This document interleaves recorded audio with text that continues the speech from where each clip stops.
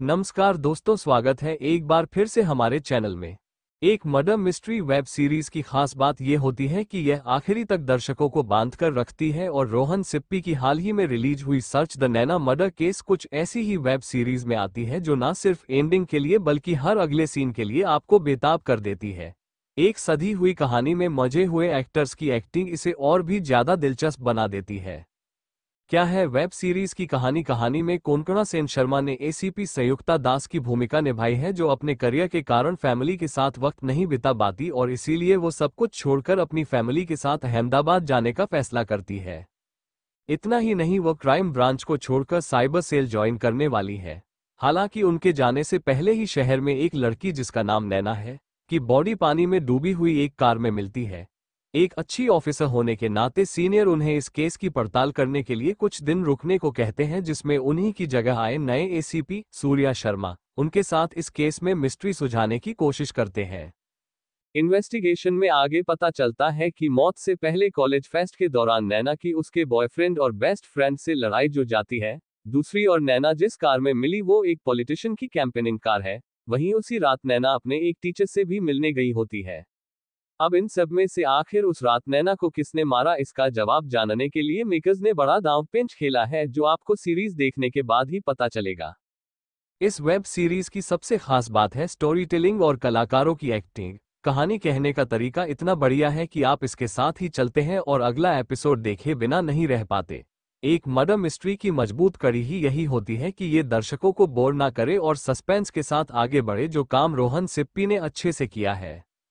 इस web series की दूसरी बड़ी कड़ी है कलाकारों की एक्टिंग। कोंकणा सेन शर्मा ने एस बड़ी ईपी के रोल में सधी हुई एक्टिंग की है और घर करियर के बीच पिसने वाली महिला का किरदार उन्होंने बखूबी निभाया है।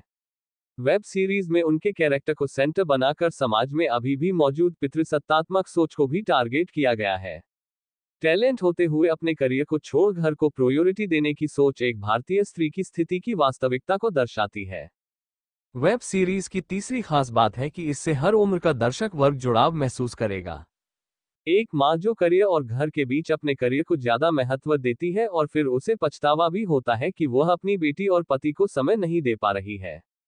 दूसरी ओर पॉलिटिक्स का ऐसे मर्डर केस से जुड़ना भारत में काफी आम है। यानी एक हाई प्रोफाइल केस होने के बावजूद कैसे एक पॉलिटिशियन की लाइफ पर ज्यादा असर नहीं पड़ता और उसे बस चुनाव में अपनी जीत की पड़ी है। वहीं साइबर सिक्योरिटी के मुद्दे को भी इस सीरीज में उठाया गया है, जो आज के युवाओं के लिए एक बड़ी सीख है, जो बिना सोचे समझे इंटरनेट पर कुछ भी अपलोड कर देते हैं। इस पूरे केस में साइबर क्राइम भी एक बड़ा एंगल निकल कर आता है, जो इसे आज की युवा पीढ़ी और उनके तौर तरीकों, अवेयरनेस और सेफ्टी के मुद्दों को उजागर करता है। पॉलिटिक्स, समाज, फैमिली, साइबर क्राइम, इन सब के बीच पुलिस कैसे इस केस को सॉल्व करने की कोशिश करती है, यही इसकी कहानी को बांधने का काम करता है। नेगेटिव पॉइंट्स: एक मर्डर मिस्ट्री की जान होती है उसका क्लाइमैक्स। अगर एंडिंग सॉलिड नहीं है तो पूरी सीरीज देखने का मजा किरकिरा हो सकता है। हालांकि एक सस्पेंस लवर के लिए ये सही हो सकता है। दूसरी ओर web series to the point है, ज्यादा खींचने की कोशिश नहीं की गई है। पहले 2 एपिसोड 45 मिनट के हैं, लेकिन बाकी के 4 एपिसोड सिर्फ 30 मिनट है, जो एक अच्छी बात है। लेकिन इन सब के बीच एसीपी संयुक्ता दास के रूप में कोंकणा की फैमिली पर थोड़ा और फोकस होता तो बेहतर होता। वहीं नैना की फैमिली भी उसकी मौत के बाद ही दिखाई गई। उसका बॉन्ड जीते जी उसकी फैमिली के साथ कैसा था, ये चीज सीरीज में मिसिंग है। देखें या नहीं, मर्डर मिस्ट्री लवर इस वेब सीरीज को जरूर देखें। जिन्हें सस्पेंस थ्रिलर पसंद है वह भी इसे एंजॉय कर सकते हैं, क्योंकि यह आपको बोर तो बिल्कुल भी नहीं करेगी। ये भी पड़े 3 घंटे 9 मिनट की ये क्लासिक फिल्म खोल देगी आपके आंखें। ओटीटी की मस्ट वॉच ड्रामा को मिली है 8.2